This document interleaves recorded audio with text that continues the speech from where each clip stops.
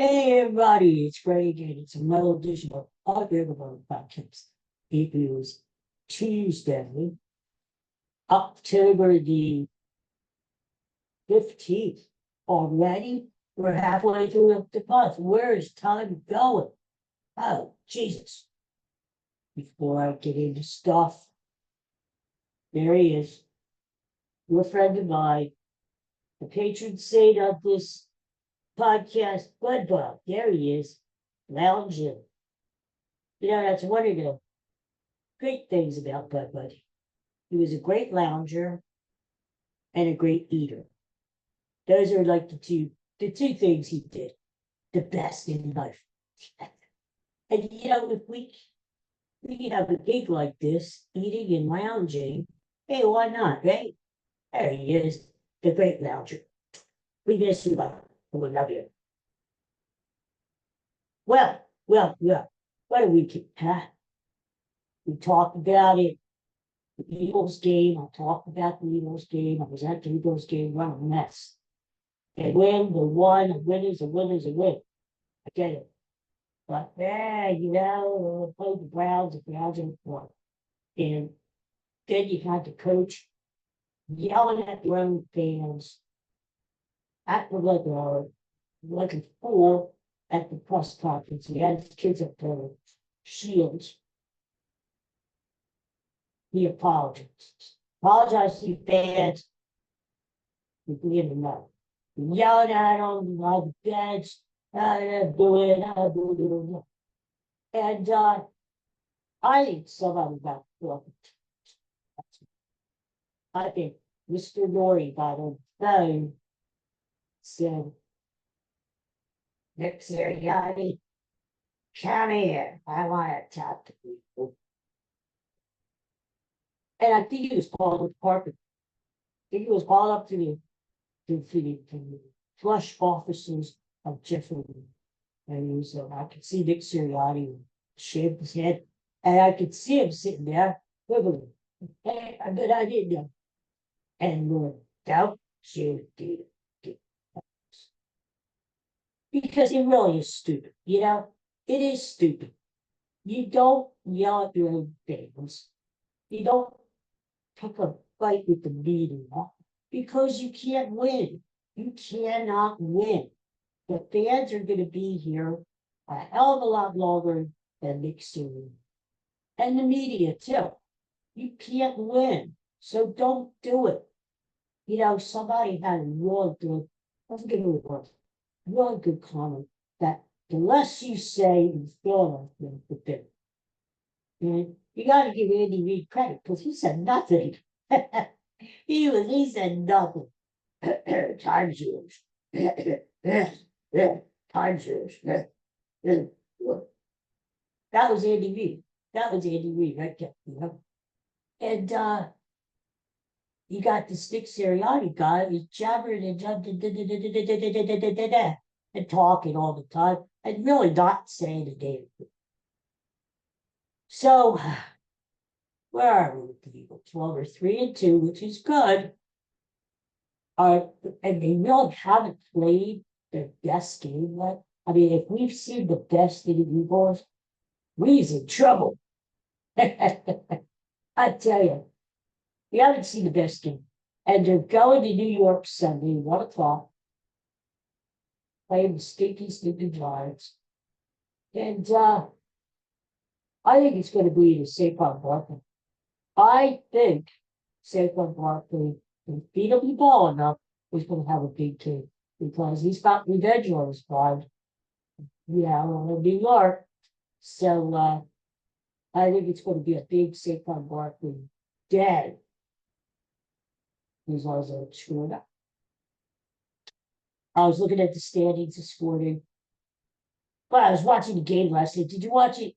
The Jets and the Bills, they both suck, don't they? Oh, Jesus.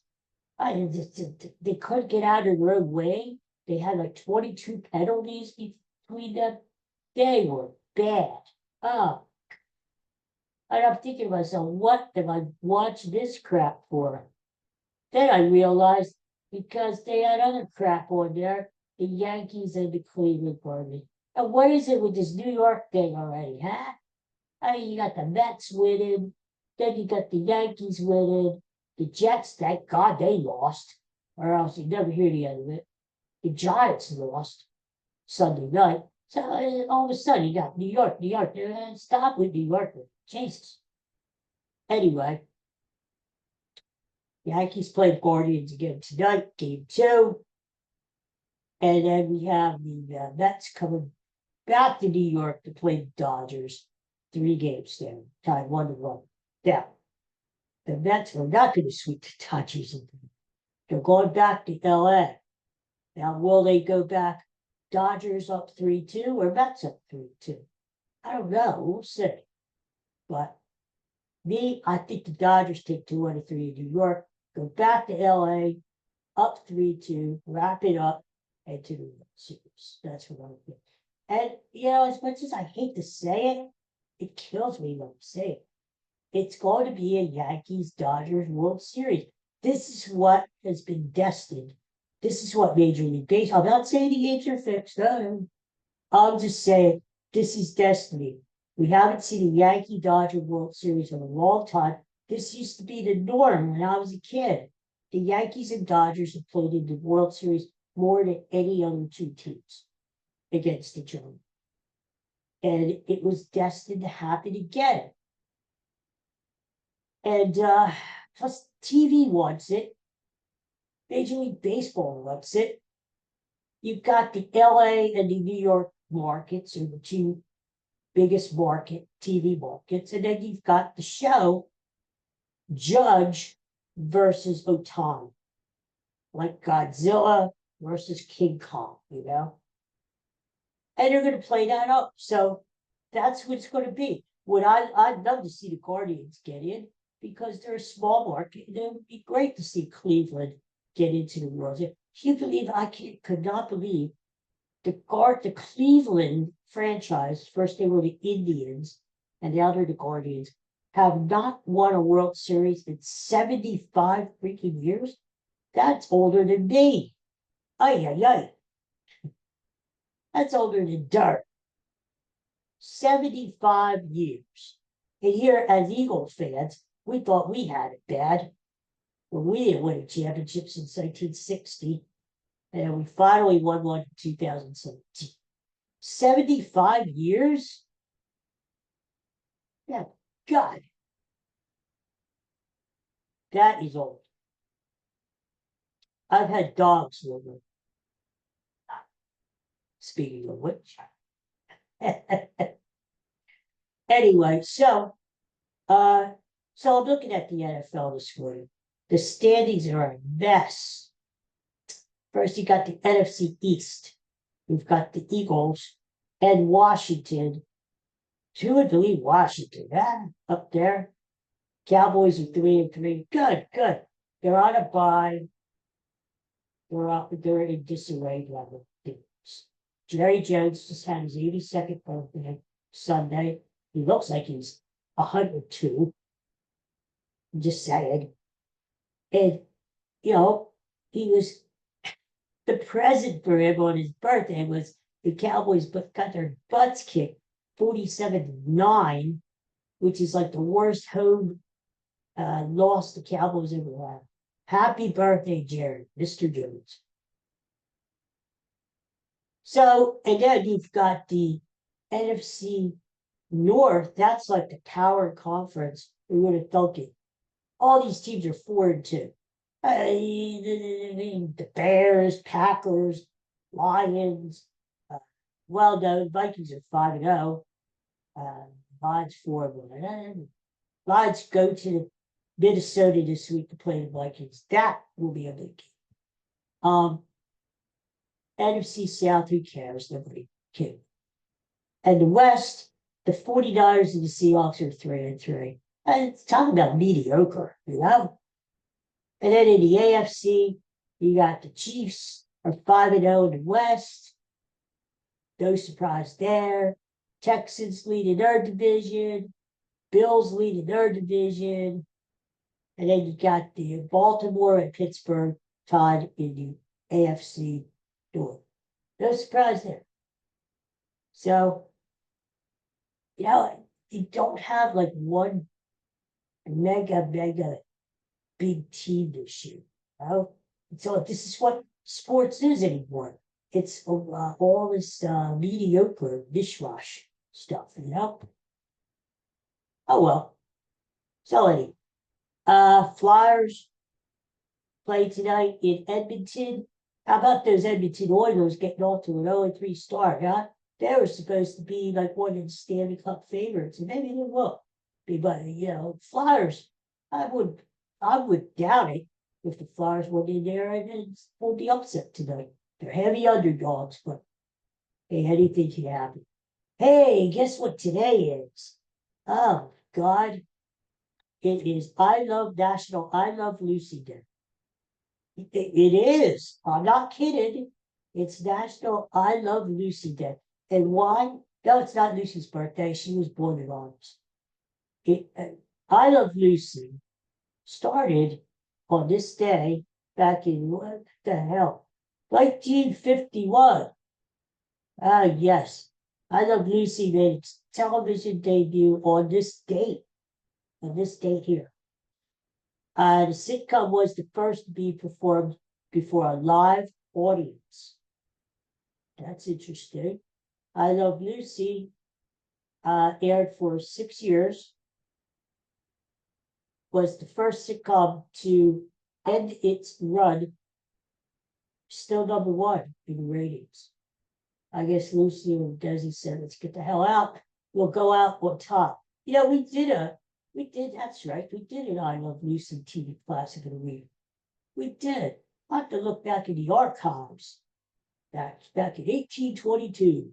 I don't know. Back in the archives, we did an I Love Lucy. They said, if you want to check it out, I would. Like nothing else to do. I would go to the great YouTube channel, look up Unbreakable Spirits channel, my channel, and there you see all the episodes there. And you could scroll down and find I Love Lucy. The whole thing is right there. Talk about all the trivia and all it's wonderful, wonderful, wonderful, wonderful. Yeah, right. Anyway, well, we do this. Lucille Ball and Desi Arnaz were really real life married couple. They married in 1940, divorced in 1916. CBS did not think I Love Lucy would be successful, mostly because they felt viewers would not accept an American housewife being married to a foreign man. Don't forget, Ricky was Cuban. Lucy and Desi were the first millionaire TV stars because their company, Desi New Productions, owned all the rights to every episode of I Love Lucy. How about that, man? And think about it. I Love Lucy was popular back in the day when it was first show. But think about the reruns. That's how I grew up. You see, because I was born in the mid-50s. I don't remember first of all. But the reruns, they say I Love Lucy is played somewhere in the world continuously, 24 hours a day, 7 days a week. You can find it, anyway.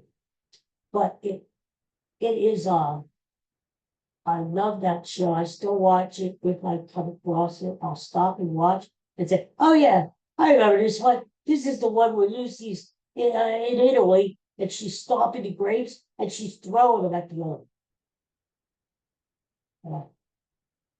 Or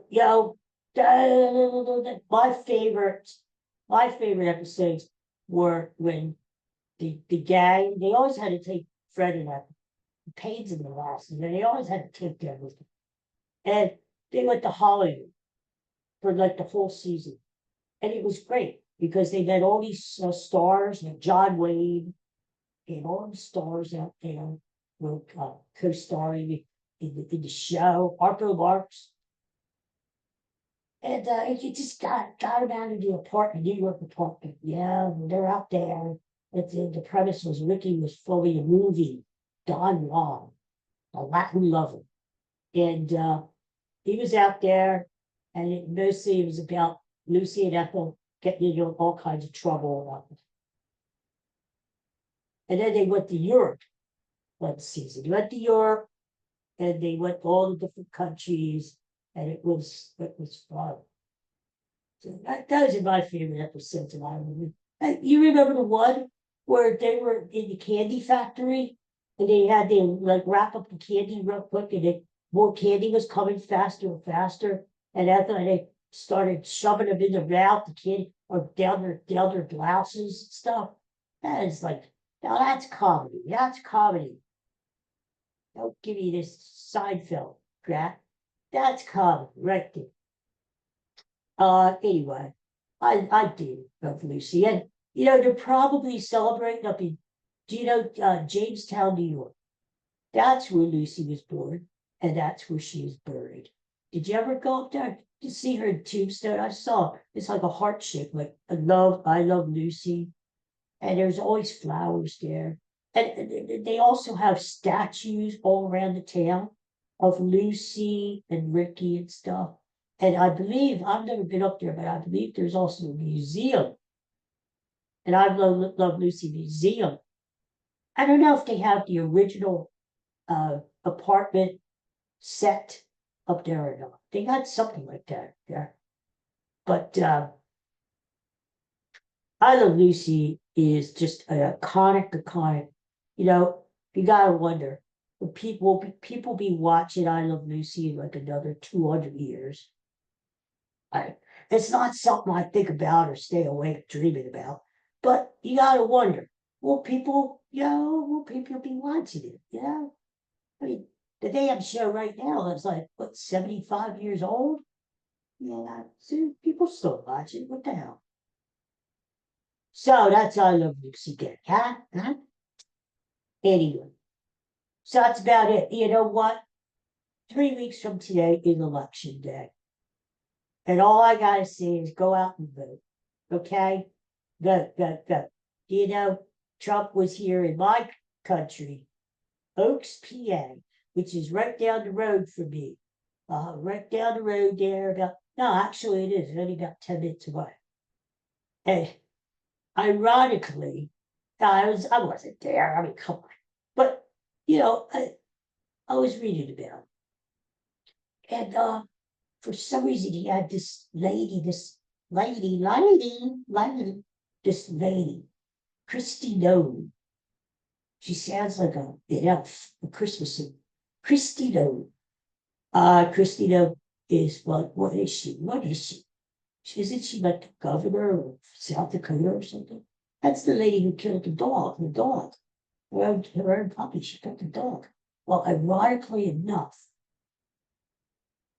the place where they had that rally last night, the Oaks, I've been there. They had different stuff there. The Oaks Convention Center. They have a national. It's not funny. They had a national dog game, a national dog show every freaking year, and they bring this lady in, this puppy killer. What the hell? What the hell? Anyway, but I heard it didn't go too well.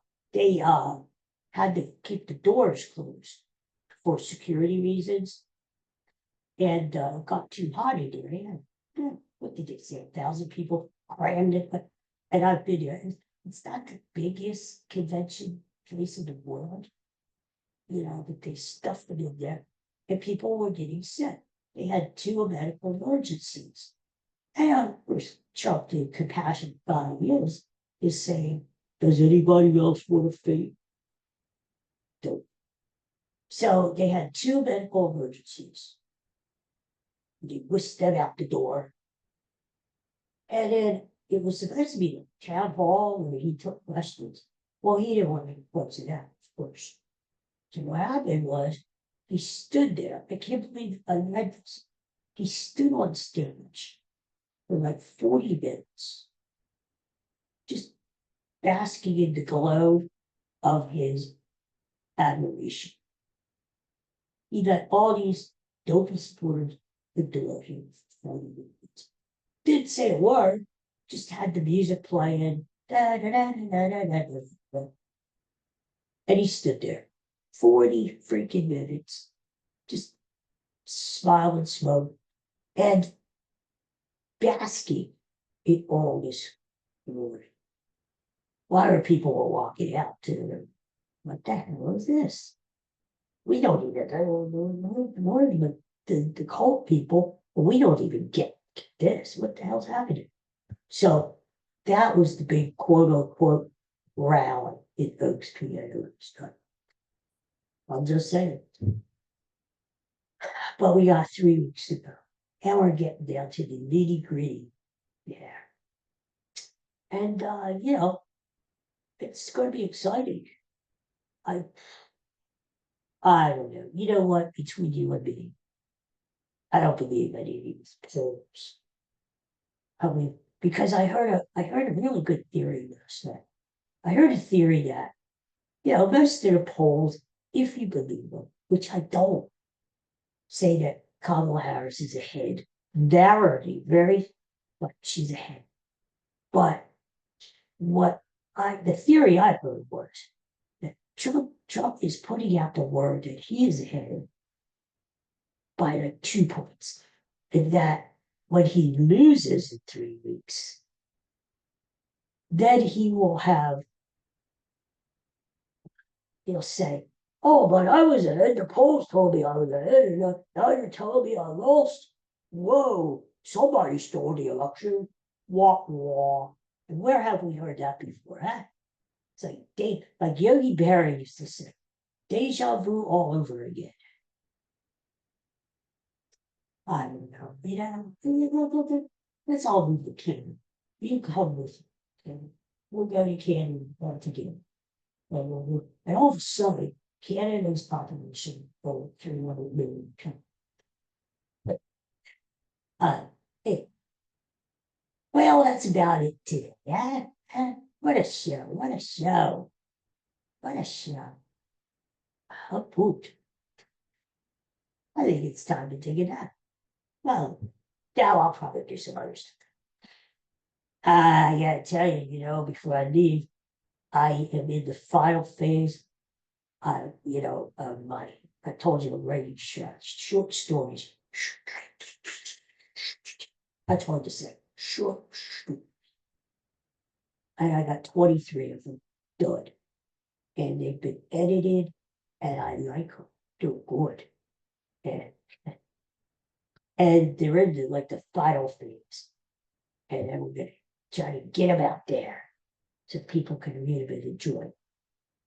And it's I like doing it. It's really, I think it's going to be interesting. Can't wait for everybody to read them and see what you think. I told you that they're very different than what I've been doing. It's got sort of like a twisty Twilight Zone thing about each story. Just it's very surprising endings and So we'll see. We'll see how it goes. I'll keep you up to date as to how it's going. But it may be something a year from now. I'll push it on here, Buy this book, buy who knows. Anyway, thanks for watching. Everybody take care. Go Phillies today, huh? Oh, wait a minute. That's I was in Thailand. I forgot.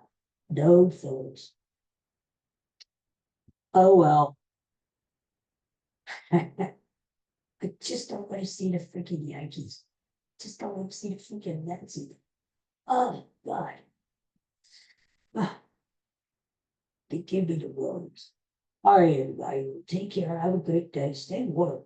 I'm not gonna go there. Take care and peace and me. I'll talk to you tomorrow about all kinds of crap. See ya.